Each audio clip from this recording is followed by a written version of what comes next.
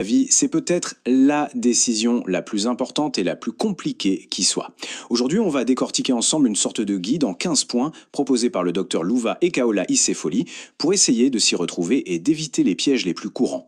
C'est parti, explorons ça ensemble. Voilà la question centrale.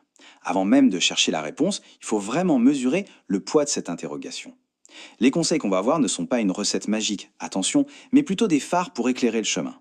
L'idée, c'est que la décision finale, elle soit bâtie sur des fondations solides et vraiment personnelles. Alors, voilà comment on va procéder. On va suivre 4 grandes étapes. D'abord, on va s'attaquer aux pressions qui viennent de l'extérieur. Ensuite, on se penchera sur nos propres motivations, qui sont parfois un peu bancales. Après ça, on ira à l'essentiel, l'importance de vraiment connaître l'autre. Et pour finir, on verra que ce choix, il engage surtout l'avenir. Allez, on commence avec la première partie, les pressions extérieures. Avant même de regarder en soi, il faut prendre conscience de toutes ces forces un peu invisibles qui nous entourent. Vous savez, la vie de la famille, l'attente des amis, la pression de la société. Toutes ces influences peuvent nous pousser dans une direction qui n'est pas la nôtre. D'où l'importance de savoir les reconnaître. Et le premier grand piège, il est identifié par ce mot, le suivisme. En fait, ça décrit parfaitement cette tendance à faire les choses par imitation, plus que par conviction.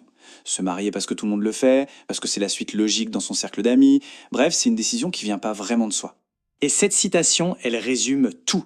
Une mode, par nature, c'est quelque chose qui passe. Une vie, c'est un engagement sur le très long terme. L'auteur nous rappelle ici que c'est une décision sérieuse, grave, qui n'a rien à voir avec une simple tendance. Au-delà de l'effet de mode, il y a une pression qui est encore plus directe, plus personnelle, celle de l'entourage, des proches. Et là-dessus, le conseil est très clair. Il faut absolument protéger sa décision de ces influences, même si elles partent d'une bonne intention. Le point crucial, il est là. Comme on dit, les conseilleurs ne sont pas les payeurs. Au bout du compte, c'est la personne qui prend la décision qui en vivra les conséquences, jour après jour. Cette phrase, c'est un rappel puissant au principe de la responsabilité individuelle. Bon, après avoir vu les pressions qui viennent de l'extérieur, on se tourne maintenant vers l'intérieur. Cette deuxième partie, elle aborde les raisons superficielles. C'est toutes ces motivations qui viennent de nous, mais qui sont fragiles. Elles sont souvent très attirantes sur le moment, mais ce sont les plus dangereuses à long terme. On commence avec un avertissement très fort, la pitié. S'engager avec quelqu'un juste par pitié, pour sa situation, sa solitude, c'est considéré comme une base de départ hyper dangereuse pour construire une vie à deux. Et la conséquence, elle est présentée comme inévitable, le regret.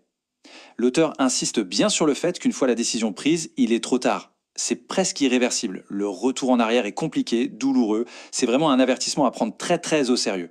Et la liste de ces mauvaises raisons continue. Ce qui est intéressant, c'est de voir le point commun. Que ce soit pour l'argent, des papiers, la beauté, un avantage quelconque, ou même pour combler le vide d'une relation passée, toutes ces raisons sont en fait utilitaires. On se concentre sur ce que le partenaire peut apporter tout de suite, et pas sur qui il est vraiment. Et parmi toutes ces raisons, il y en a une qui est tellement importante que l'auteur en parle 2 fois. C'est l'esprit de compétition. L'idée de se marier pour gagner, pour prouver quelque chose aux autres ou pour faire mieux que quelqu'un d'autre. 2.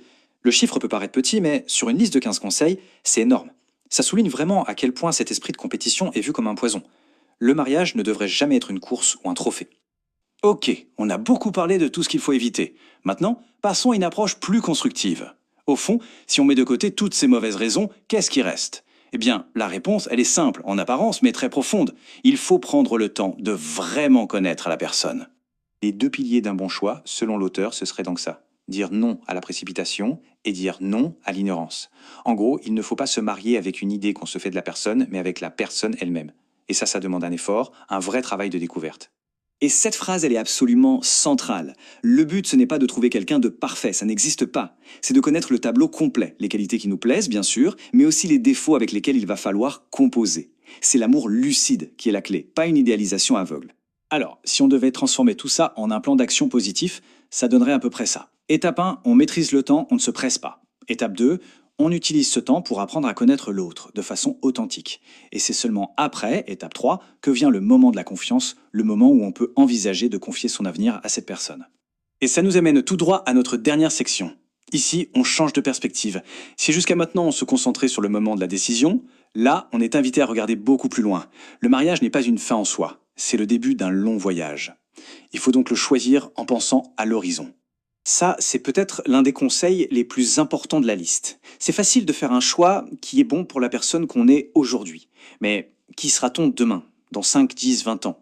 La vraie question, c'est de savoir si le partenaire qu'on choisit sera compatible non seulement avec notre présent, mais aussi avec notre futur potentiel. Cette citation, elle illustre magnifiquement cette idée d'évolution. La vie, c'est fait de changements, de réussites, on grandit. Il faut que le choix du conjoint soit compatible avec nos ambitions, avec notre potentiel, pour éviter que la personne qui était un soutien au début ne devienne finalement un frein plus tard. Et on termine sur ce conseil qui résume finalement tout ce qu'on a dit. Il y a deux éléments clés ici. La bonne personne, ça renvoie à la connaissance profonde dont on a parlé, et le bon moment, le temps favorable, ça renvoie au fait de ne pas se presser, de ne pas céder aux pressions. C'est quand ces deux choses sont alignées que les conditions sont réunies. Et voilà qui termine notre analyse. Ces 15 conseils donnent un cadre vraiment précieux pour éviter les plus grosses erreurs. Mais ils nous laissent avec une question en suspens, qui est peut-être la plus importante de toutes.